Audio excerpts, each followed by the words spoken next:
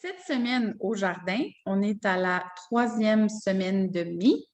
Et donc, je vais vous faire un petit résumé de toutes les choses qu'on a à faire cette semaine. Il y en a beaucoup, puis il y a des informations rattachées à ça. Donc, parfois, je vais parler de fertilisation. Bien, il y a des détails importants à savoir, puis il y en a beaucoup. Donc, je vous inviterai à aller voir dans le Trello quel genre de compost ajouter et tout ça.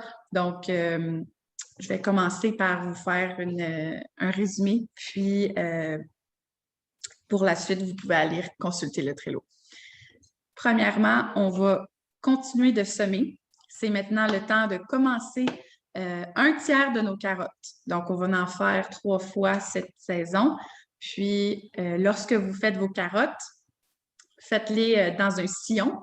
Et puis, on ajoute du compost et de la mycorhize. Donc, j'en ai parlé plus tôt lors du cours. C'est ces petits champignons microscopiques que j'aime beaucoup, qui vont aller faire une belle relation avec les racines de votre carotte pour aider sa croissance.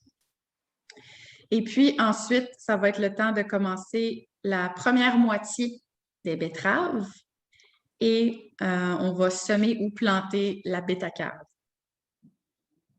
Puis, par la suite, ça va être le temps de planter ou repiquer vos choux, choux-fleurs, la ciboulette et la laitue.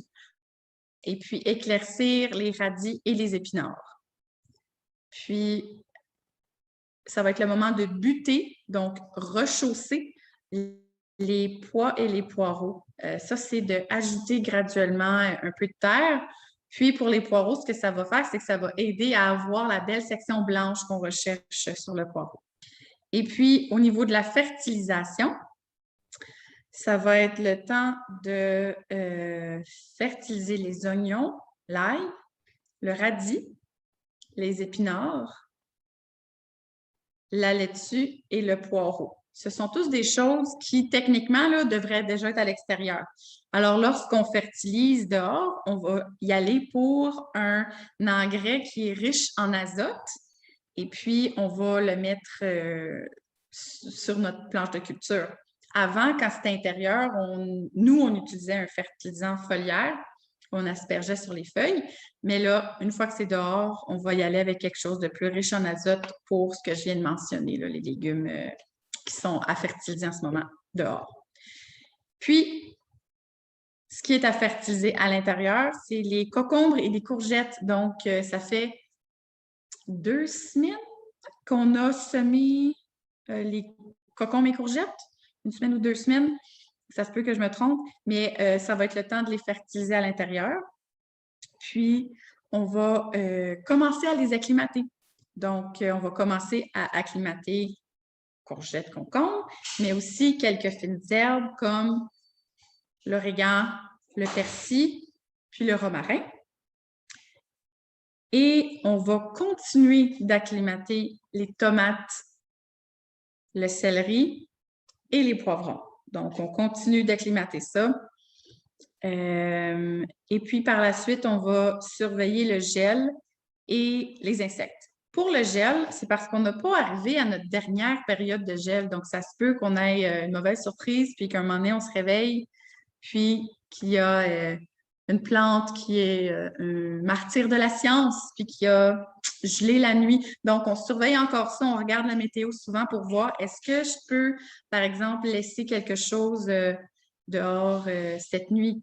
Pour l'instant, on est correct, mais on pourrait être surpris par un gel. Donc, faites attention à ça.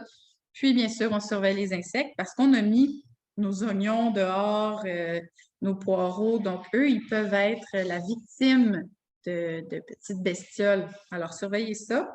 Puis, si vous avez un problème ou une inquiétude, vous pouvez mettre une toile anti-insectes sur les légumes comme oignons et compagnie.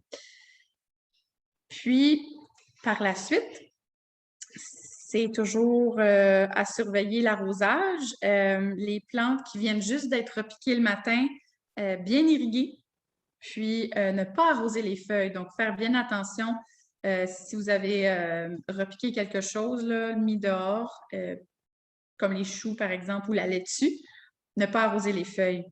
parce que ça va passer la journée dehors. Puis, non seulement mettre de l'eau sur les feuilles, ça va créer l'humidité qui va rester là, mais le plus grand risque, c'est que ça pourrait, les petites gouttes d'eau vont comme faire un effet de loupe et brûler vos feuilles. Alors, faites bien sûr d'arroser autour. Et une fois qu'on met de l'engrais, ben, il faut arroser. Et puis, les radis, pour ceux qui ont mis des radis, assurez-vous d'arroser parce que quand il manque d'eau, leur goût devient amer.